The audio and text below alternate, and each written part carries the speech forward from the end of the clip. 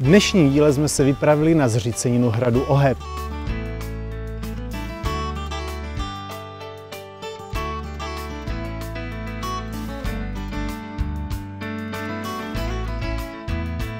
Ta se nachází nad vodní nádrží Seč, která stojí na řece Chrudimce. Jen pro úplnost, jsme v okrese Chrudim v Pardubickém kraji. Náš výchozí bod je parkoviště nad hrází vodní nádrže. Odtud dojdeme do obce Hořelec, ve které se napojíme na modrou turistickou trasu, která nás dovede k naší první zastávce, a tou je Markova skála.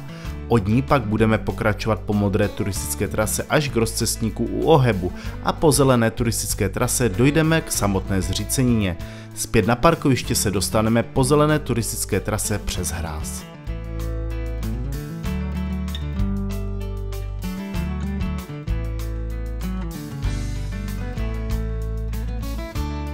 V 17. století v tomto lese byl hajný Marek, který zde choval stáda vysoké zvěře. Místní pan František Kuris zde často pořádal hony. Jenže poplašená zvěř se při útěku zabila pádem ze skály. Hajnému bylo zvířat líto a tak je chodil tajně při lovu odhánět. Bohužel ale při jednom lovu se zabilo hodně zvířat a tak hajný ze žalu za nimi skočil ze skály a zabil se. Od té doby skala nese jeho jméno. Ze skály je krásný pohled do údolí řeky Chrudimky, tak si jej užijte.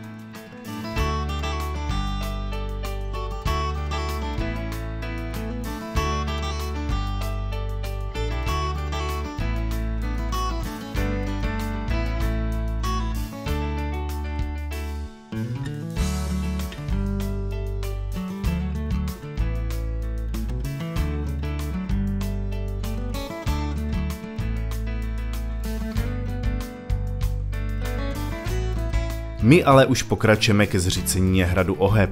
Z hradu se zachovaly pouze nevelké zbytky, a to napůl zasypaný příkop na severovýchodní straně, zbytky hradeb, věž se zbytky vstupní brány a obě dělové bašty.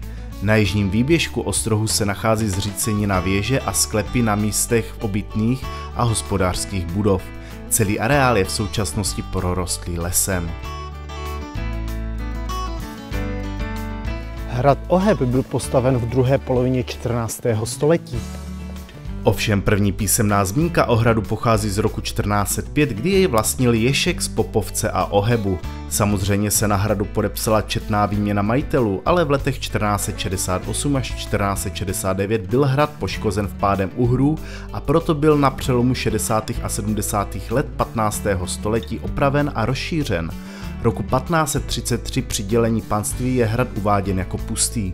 Poslední písemná zmínka pochází z roku 1628. Na konci 17. století dokonce ani nebylo známo, kde hrad stával. Hrad byl znovu objeven roku 1789 a byl postupně zpřístupňován. Poslední velké úpravy byly provedeny ve 30. letech 20. století vzhledem k výstavbě vodní nádrže Seč. Zřícenina hradu Oheb je velké turistické lákadlo i kvůli těmto výhledům na vodní nádrž Seč a blízkého okolí. No není to krása?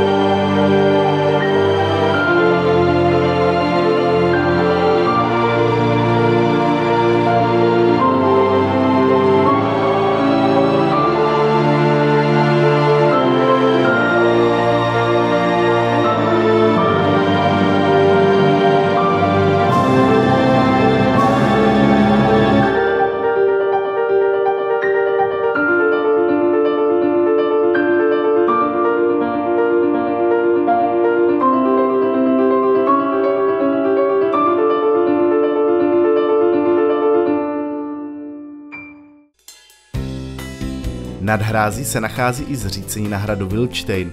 Dnes zde po něm najdete jen zbytky bašty a několik dalších pozůstatků zdí hradního paláce. Bohužel kvůli jeho poloze je nepřístupný.